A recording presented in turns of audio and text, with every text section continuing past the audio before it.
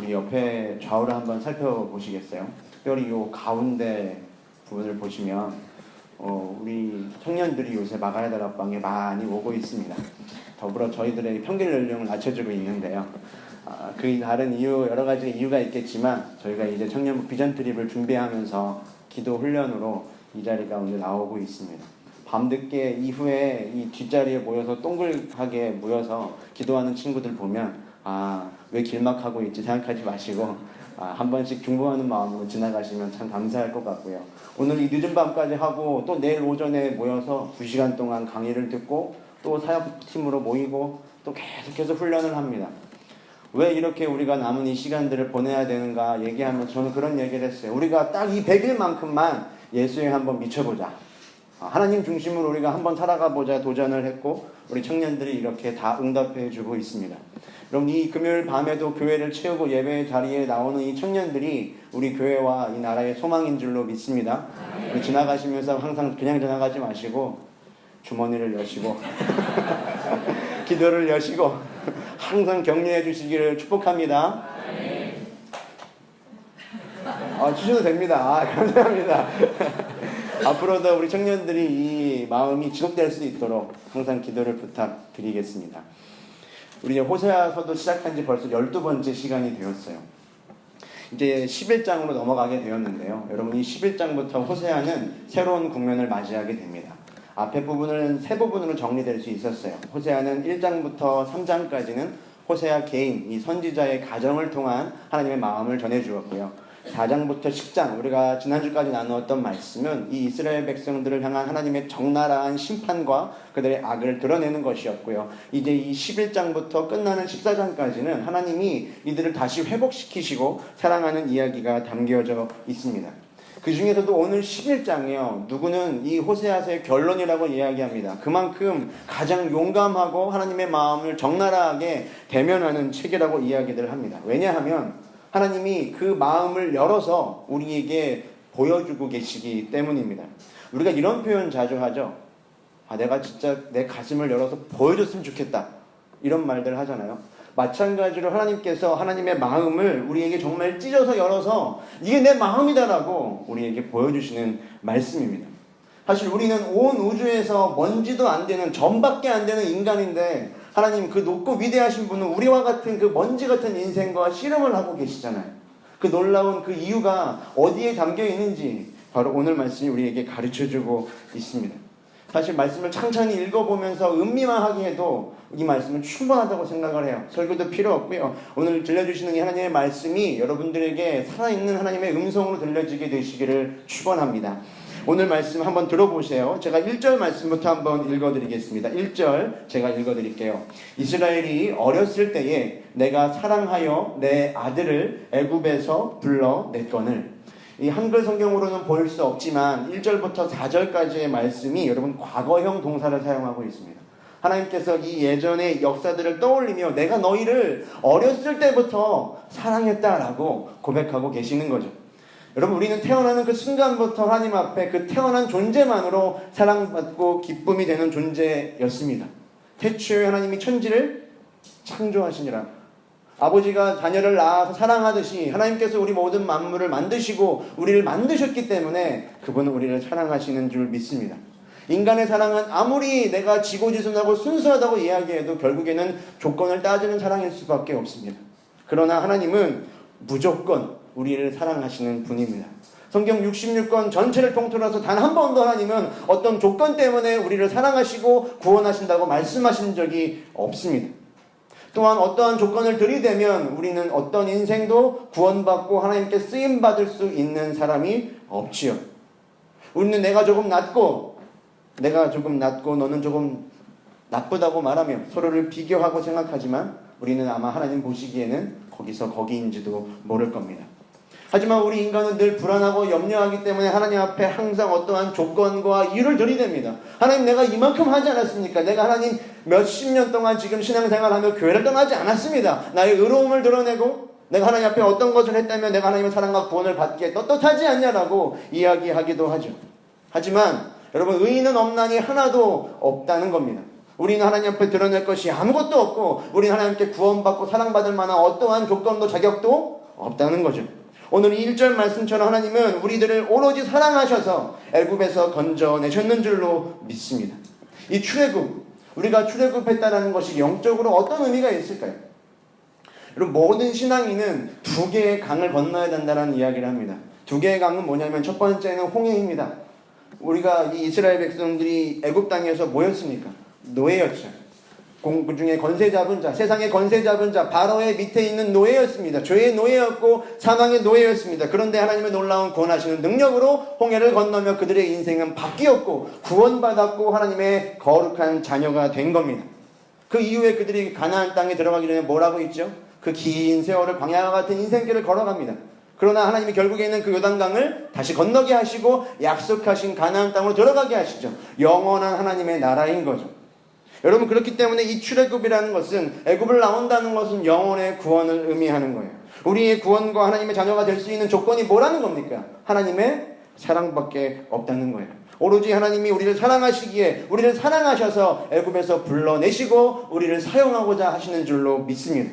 하지만 이상하게도 2절 말씀처럼 이스라엘은 하나님의 사랑을 받고 하나님이 끊임없이 그들을 부르면 부를수록 하나님에게서 멀어지는 모습을 보입니다. 바알들에게 제사하고요, 아로새긴 우상 앞에 분향합니다. 그러나 우리의 모든 그런 배신과 패역함에도 불구하고 하나님의 사랑은 변함이 없죠. 3절부터 4절 말씀이에요. 우리 같이 읽어보도록 하겠습니다. 그러나 내가 에브라임에게 걸음을 가르치고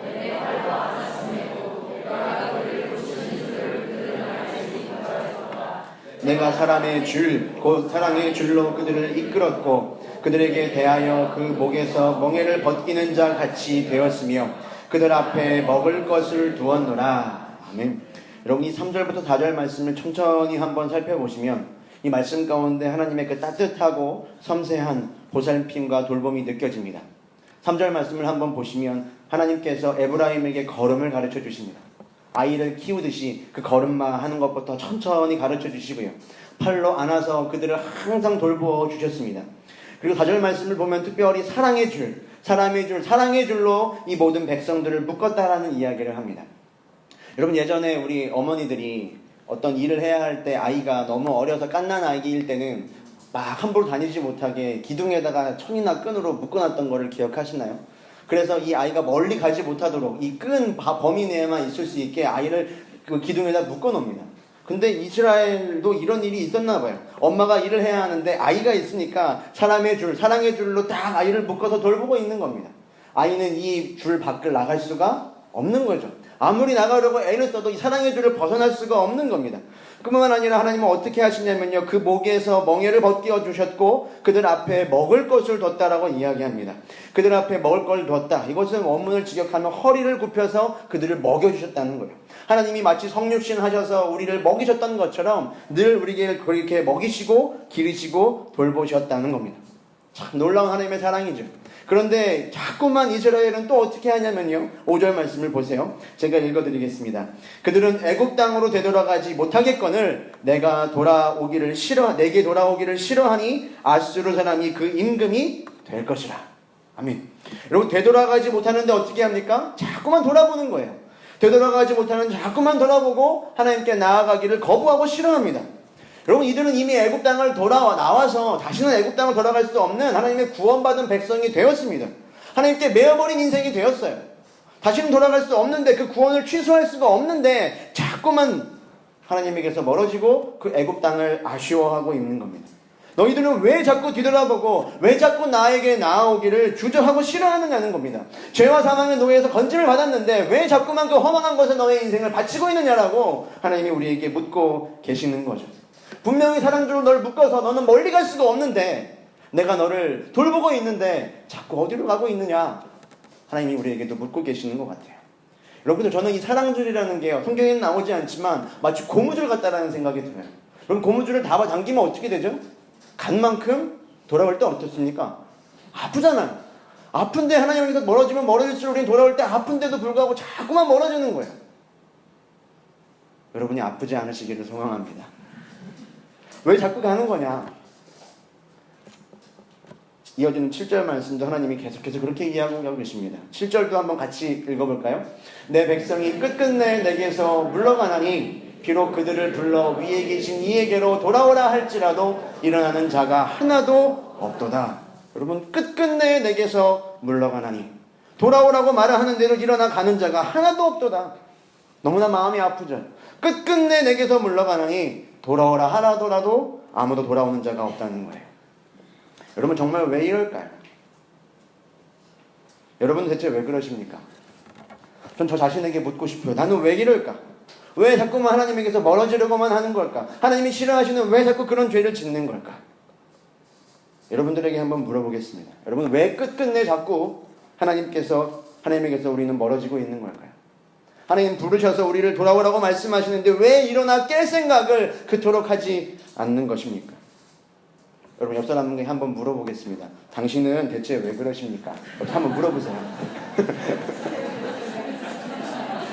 그러면 이렇게 답해 주시기를 바라요. 당신과 같은 이유입니다. 여러분, 분명히 우리가 왜 그러는지는 모르겠어요. 우리가 왜 그러는지는 모르겠지만 하나님의 그 기다리시고 인내하시는 사랑도 정말로 이해할 수가 없는 것 같아요. 누가복음 15장의 그 돌아온 탕자 이야기 다들 아시죠? 여러분, 그러나 그 돌아온 탕자의 주제는요, 탕자가 아니라 기다리시는 아버지입니다. 신명기의 율법에 따르면 이 둘째 아들은요, 집에 돌아오는 순간 마을 어귀에서부터 돌에 맞아 죽어야 되는 인간이었습니다. 그러나 하나님이 아버지께서 늘 그 문 앞에서 기다리고 있는 이유가 뭐겠습니까? 모든 사람들이 제일 먼저 그 아들을 발견해서 죽이기 전에, 심판하기 전에 내가 그를 은혜로 안아 덮겠다는 겁니다.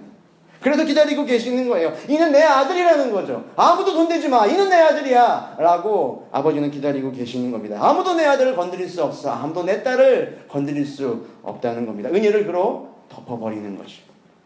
그래서 하나님은 끝까지 이렇게 말씀하시는 거예요. 8절 말씀, 이 호세아서의 아주 유명한 말씀이죠. 우리 다 함께 읽어보겠습니다. 에브라임이여 내가 어찌 너를 놓겠느냐, 이스라엘이여 내가 어찌 너를 버리겠느냐, 내가 어찌 너를 아드마같이 놓겠느냐, 어찌 너를 스보임같이 두겠느냐, 내 마음이 내 속에서 돌이키며 나의 긍휼이 온전히 불붙듯 하도다. 아멘. 여러분, 그럼에도 하나님 마음이 뭡니까? 내가 어찌 너를 놓겠느냐, 내가 어찌 너를 버리겠느냐. 도저히 하나님은 우리를 버리실 수가 없는 거죠. 이어서 나오는 아드마와 스보임이라는 말은요, 소돔과 고모라, 그 가장 폐역한 땅이 멸망할 때 같이 멸망하던 도시였습니다. 하나님은 공의로운 분이시기 때문에 소돔과 고모라처럼 그들의 악과 죄를 가만히 두고 보실 수가 없습니다. 우리의 죄를 눈 감고 넘기실 수가 없는 분이에요. 그런데 하나님의 그 마음과 사랑과 긍휼이 불붙듯 하여서 우리를 심판 가운데 내버려 두실 수가 없는 겁니다. 그래서 어떻게 하십니까? 우리를 버릴 수가 없어서 결국 그 하나님의 심판을 포기하기 위해 그 모든 심판을 하나님이 가져가 버리시는 거예요. 그 모든 심판을 대신 담당하신 분이 누구입니까? 바로 우리가 믿는 예수 그리스도이신 거죠. 그래서 여러분, 항상 반드시 누군가를 뜨겁게 사랑하면 그 사랑에는 고통이 따라오게 되어 있습니다. Passion of Christ라고 하죠. 여러분, 이 패션이라는 단어가 열정, 사랑과 더불어서 고통이라는 의미가 있습니다. 하나님 우리를 사랑하시기에 선택하시며 그 모든 고통과 심판을 대신 짊어지시는 거예요. 끝끝내 내게서 멀리 가고 끝끝내 그 악한 길을 가는 아들과 딸을 보면서 기다리시는 아버지의 마음이 얼마나 아프겠습니까? 거기로 가면 안 되는데, 간 만큼 돌아올 때 아플 텐데, 그 애끓는 마음, 그 아픈 마음이 하나님 아버지의 마음이라는 거죠. 그래서 끝끝내 그 죽음의 길을 가는 그 아들을 위하여 예수 그리스도의 십자가를 예비하고 계시는 것이 바로 하나님 아버지의 사랑이자 마음입니다. 여러분, 우리들은 늘 그런 것 같아요. 자녀들은 늘 그래요. 부모님들이 아무리 미리 충고를 해주고 아무리 미리 너 거기로 가면 큰일 나라고 이야기를 해도 그 순간에는 귀가 잘 안 들어옵니다. 나중에 돼서야, 다 얻어맞고 돌아와서야 부모님이 이렇게 이야기를 하죠. 야, 너 내가 거기 가지 말라 그랬지. 내가 거기 가면 큰일 난다고 했잖아. 라고 이야기를 하면 우리 또 뭐라고 이야기하죠? 그러기에 좀 더 격하게 말려주시지 그랬어요. 다리 몽둥이라도 좀 때려가지고라도 나 가지 못하게 하시지요. 제가 그런가 봐요. 우리는 그렇게 끝까지 우리의 완악함을 인정하지 않습니다. 근데 하나님 아버지 앞에서도 그런 것 같아요. 하나님! 제가 잘못된 길로 가면 땅이라도 꺼지게 하시고 자리라도 부러뜨리셨어야지요. 이런 말도 안 되는 변명을 하는 우리에게 하나님은 다시 한번 뭐라고 말씀하십니까? 9절 말씀 우리 같이 읽어보겠습니다. 내가 나의 맹렬한 진노를 나타내지 아니하며 내가 다시는 에브라임을 멸하지 아니하리니 이는 내가 하나님이요 사람이 아니라 내 가운데 있는 거룩한 이니 진노함으로 내게 임하지 아니하니라. 아멘. 인간이라면 이렇게 말도 안 되는 변명을 늘어놓으면 포기할 법도 한데 이 말씀을 하시는 분은 누구라고요? 이는 내가 하나님이요 사람이 아니라는 거예요. 놀라운 목적 진술이죠. 사람이라면 진즉에 포기하고 벌을 내리라고 손을 털어버렸을 텐데 하나님이시기에 그 모든 고통을 감수하시며 사랑해 주십니다. 아무리 타일러도 야단쳐도 안 되는 걸 아시기에 심판 대신에 하나님이 그 모든 심판을 끌어안아 책임지시는 겁니다. 오늘도 이 하나님이 우리를 부르고 계심이 들려야 합니다. 오늘도 부르고 계심이 들려야 한다는 거예요. 10절부터 11절 말씀 제가 읽어드리도록 하죠. 그들은 사자처럼 소리를 내시는 여호와를 따를 것이라. 여호와께서 소리를 내시면 자손들이 서쪽에서부터 떨며 오되 그들은 애굽에서부터 새같이 아수르에서부터 비둘기같이 떨며 오리니 내가 그들의 집에 머물게 하리라. 나 여호와의 말이니라. 10절 말씀 보시면 그들은 사자처럼 소리를 내시는 여호와를 따를 거라. 하나님이 사자처럼 포효하고 계시는 거예요. 뭐라고 포효하시냐? 새같이 비둘기같이 빨리 돌아오라는 거예요. 나에게 돌아와 나의 집에 거하라는 거죠. 하나님의 사랑과 여러분 이 기다림에는 유통기한이 없는 줄로 믿습니다. 끝이 없는 사랑이에요. 이 하나님의 외치는 복음의 소리에 우리의 인생의 소망이 있습니다. 어떤 죄와 어떤 유혹의 속박 속에서도 이 외침 가운데 우리는 건진받을 수 있을 줄로 믿습니다. 어떠한 무기력과 우울과 아픔 속에서도 이 외침에 우리가 반응할 때에 우리는 소망이 있다는 겁니다. 애굽에서 돌아올 수 있고 아수르에서 나라 돌아올 수 있습니다. 하나님의 사랑이 승리하고 하나님의 사랑이 모든 죄를 덮고 하나님의 사랑이 승리를 우리에게 가져다 줄 줄로 믿습니다. 여러분 이 11장 내내 뭐가 느껴지셨습니까? 내가 어찌 너를 놓겠느냐. 절대로 우리를 포기하지 않으시는 하나님 아버지의 사랑과 열심에 우리의 삶을 맡기고 행복하는 이 밤이 되기를 소망합니다. 여러분 어떠한 문제와 죄 때문에 죄책감과 어두움 가운데 계신가요? 하나님의 사랑과 하나님의 열심이 여러분들을 이끄실 것이고 여러분들을 포기하지 않으실 것이고 반드시 여러분들을 사용하여 주실 것입니다. 어떠한 사람의 계략과 어떠한 악한 계략도 우리의 하나님의 사랑을 끊을 수 없으며 우리는 다시 일어나 하나님 앞에 노래하며 나아가게 될 것입니다. 우리 오늘 이 시간 이 찬양 이 아버지의 마음을 노래하며 기도하며 결단하는 시간을 갖도록 하겠습니다.